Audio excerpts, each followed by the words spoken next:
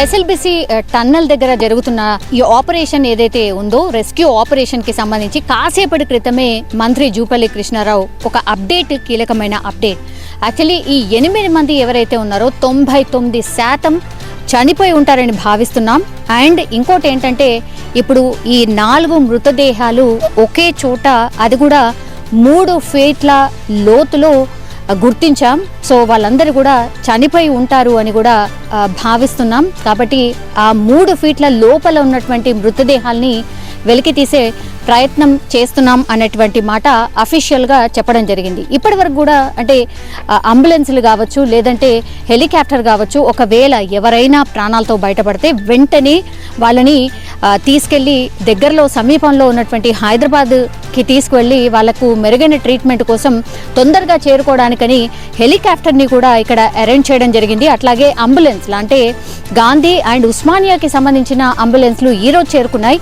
ఇక్కడ ఇది నాగర్ కర్నూలు అండ్ అచ్చంపేట నియోజకవర్గంకి సంబంధించి ఎస్ఎల్బిసి టనల్ ఉంటుంది కాబట్టి ఆ అంబులెన్స్లు ఏ రోజైతే ఇక్కడ ఇన్సిడెంట్ జరిగిందో ఆ రోజు నుంచి కూడా ఆ అంబులెన్స్లన్నీ ఇక్కడ అందుబాటులో ఉన్నాయి. కానీ ఎవరు కూడా బయటికి తీసుకురాలేకపోయినరు. ఆ తర్వాత నిన్న ఎప్పుడైతే జీపీఆర్ సిస్టమ్ ద్వారా టెక్నాలజీ యూజ్ చేసి ఎన్జీఆర్ఐ శాస్త్రవేత్తలు ఎప్పుడైతే ఇక్కడే 4 మృతదేహాలు ఉన్నాయని జీపీఆర్ సిస్టమ్ ద్వారా ఫైండ్ అవుట్ చేసిన తర్వాత ఇంకా బతికే అవకాశాలు లేవు, బతికే అవకాశాలు ఆల్మోస్ట్ ఇంకా డెడ్, కేవలం వాళ్ళ మృతదేహాల్ని బయటకు తీసే అవకాశం ఉంది అన్న ఇన్ఫర్మేషన్ ఆర్ అక్కడ ఉన్నటువంటి రెస్క్యూ ఆపరేషన్ చేపడుతున్న వాళ్ళ దగ్గర నుంచి తీసుకున్న తర్వాతనే పూర్తిగా అంబులెన్స్లను అయితే అరేంజ్ చేయడం జరిగింది. దట్టు గాంధీ అండ్ ఉస్మానియాకు సంబంధించిన అంబులెన్స్లను అరేంజ్ చేశారు. మనం చూడొచ్చు లోపలికి అంబులెన్స్లు వెళ్తున్న సిచ్యువేషన్ కూడా ఉంది. సో ఈ అంబులెన్స్లని ఎందుకు అంటే యాక్చువల్లీ ఈ మృతదేహాలన్నీ కూడా 8 రోజుల నుంచి కూడా నానిపోయి అత్యంత దారుణమైన పరిస్థితిలో ఉంటాయి కాబట్టి వాటిని 3 ఫీట్ల లోపల నుంచి తీసుకురావాల్సిన పరిస్థితి ఉంది. కాబట్టి వాటిని ఎట్లా తీసుకురావాలి, తీసుకొస్తే మరి ఎట్లా కుళ్ళిపోయిన పరిస్థితిలో ఉంటాయా లేకపోతే ముట్టుకోలేనటువంటి సిచ్యువేషన్లో ఉంటాయా ఏంటి అనేది కూడా అర్థం కాని సిచ్యువేషన్ ఉంది. అది దట్టు మేబీ వాటిని గుర్తు కూడా పట్టే సిచ్యువేషన్ ఉండదు. కాబట్టి వాటిని హుటాహుట్న ఈ అంబులెన్స్ల ద్వారా గాంధీ అండ్ ఉస్మానియాకు తరలించి డిఎన్ఏ టెస్ట్ చేసిన తర్వాత మాత్రమే కుటుంబ సభ్యులకి అప్పగించే వ్యవస్థను కూడా ఇక్కడ సిద్ధం చేసిన పరిస్థితి కనిపిస్తోంది. ఇక్కడ మనం చూడొచ్చు కొంత ఈ కాంక్రీట్కి సంబంధించిన మట్టి మనకి ఏదైతే కనిపిస్తుందో ఈ టన్నల్ లోపల కూడా ఇట్లాంటి మట్టే ఉంది. ఆల్మోస్ట్ అంటే ఇట్లా సిమెంట్ లాగానే ఉంది. కాబట్టి ఇప్పుడు ఇసుక పడుతోంది. ఆ తర్వాత ఈ కాంక్రీట్కి సంబంధించిన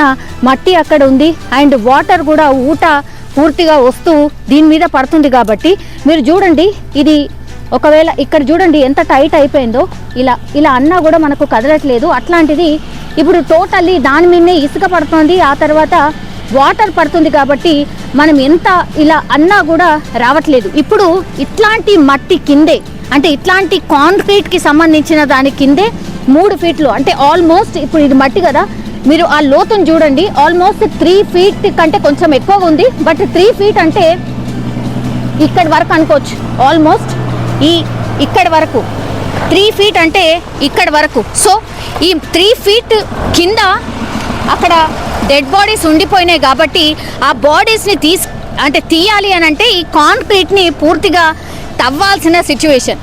తవ్వితే ఎలా ఉంటుందో తెలియనటువంటి పరిస్థితి ఉంది. అదే ఇప్పుడు సవాల్గా మారిపోయింది అనుకోవచ్చు. వాటిని ఇప్పుడు తొలగించే ప్రక్రియ జరుగుతోంది. ఇప్పుడు 4 బాడీస్ని ఒకే చోట ఒకటే దగ్గర ఫైండ్ అవుట్ చేశారు. 4 బాడీలు అయితే ఫైండ్ అవుట్ చేశారు.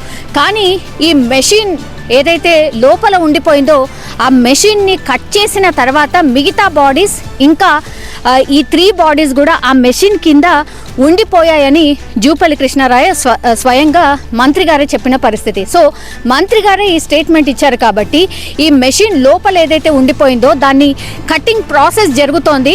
ఆ కటింగ్ చేసిన తర్వాత అంత భారీ ఎత్తున మెషిన్ని కట్ చేయాలంటే అదో పెద్ద ప్రక్రియ. దాని కింద ఉండిపోయిన బాడీస్ని తీయాలి అంటే ఇంకో ప్రక్రియ, అది ఇంకా ఆలస్యం అయ్యే అవకాశం ఉంటుంది. కానీ ఈ కాంక్రీట్ కింద ఉన్నటువంటి బాడీస్ ఏవైతే 4 బాడీస్ ఒకే దగ్గర ఉన్నటువంటి పరిస్థితి ఉంది అని మంత్రి గారే చెప్పారు. కాబట్టి వాటిని త్వరితగతిన అండ్ ఫస్ట్ ప్రయారిటీ కింద వాటిని తీసే ప్రయత్నం అయితే ప్రస్తుతం టన్నెల్లో జరుగుతున్న సిచ్యువేషన్ అయితే మనకైతే కనిపిస్తోంది. ఈ ప్రక్రియ చేయడానికి ఆల్మోస్ట్ ఈ రెస్క్యూ ఆపరేషన్ చేయడానికి అందరూ ఎక్స్పర్ట్స్ 12 డిపార్ట్మెంట్లకు సంబంధించిన ఎక్స్పర్ట్స్ అందరూ కూడా ప్రయత్నం చేసినా కూడా ఫలితం ఇవ్వట్లేదు. 8 రోజులు అవుతుంది అంటే ఇది ఎంత టిపికల్ అండ్ క్రిటికల్ ఆపరేషన్నో దీన్ని బట్టే మనం అర్థం చేసుకోవచ్చు. సో అందుకే ప్రక్రియ ఆలస్యం అవుతోంది. త్వరితగతిన తీయాలని ఎలాంటి సిచ్యువేషన్ ఉంది లోపల టన్నెల్లో అనేది ప్రభుత్వం కూడా చాలా టాస్క్గా తీసుకుంది అనుకోవచ్చు. ఎంత త్వరితగతిన అయితే అంత త్వరితగతిన ఈ ఎవరైతే అందులో చిక్కుకుపోయి ఉన్నారో మరి ఎలాంటి పరిస్థితుల్లో ఉన్నారో అనేది పూర్తిగా బయటికి తీసుకొచ్చే ప్రయత్నం అయితే మేము చేస్తున్నాం, సాయశక్తులా కృషి చేస్తున్నాం అనేటువంటి మాట అయితే జూపల్లి కృష్ణారావు చెప్పడం జరిగింది. సో అఫీషియల్గా ఒక అనౌన్స్మెంట్ అయితే జరిగింది. అంటే నిన్నటి వరకు కూడా ఆర్ ఈ రోజు మధ్యాహ్నం వరకు కూడా ఒక తర్జన భర్జన ఉండింది. చనిపోయిన వార్తలు ఎక్కడ కూడా ఈ సోషల్ మీడియాలో ప్రచారం ఏవైతే జరుగుతున్నాయో అవన్నీ కూడా తప్పు అనేటువంటిది ఇక్కడ ఉన్నటువంటి కలెక్టరే చెప్పడం జరిగింది. ఇట్లాంటి వార్తల్ని స్ప్రెడ్ చేయకండి అనేటువంటి మాట చెప్పిండ్రు. కానీ అఫీషియల్గా ఈరోజు జూపల్లి కృష్ణారావే కాసేపటి క్రితమే ఆయనే అనౌన్స్ చేసిండు. ఆల్మోస్ట్ 99% ఆల్మోస్ట్ ఈ 8 మంది ఎవరైతే చిక్కుకున్నారో వాళ్ళందరూ కూడా చనిపోయే ఉంటారు. సో ఆ బాడీస్ని బయటకు ఎట్లా తీసుకురావాలి అనే ప్రక్రియ ఇప్పుడు ప్రస్తుతం త్వరితగతిన చేస్తున్నాం అన్న మాట చెప్పడం జరిగింది.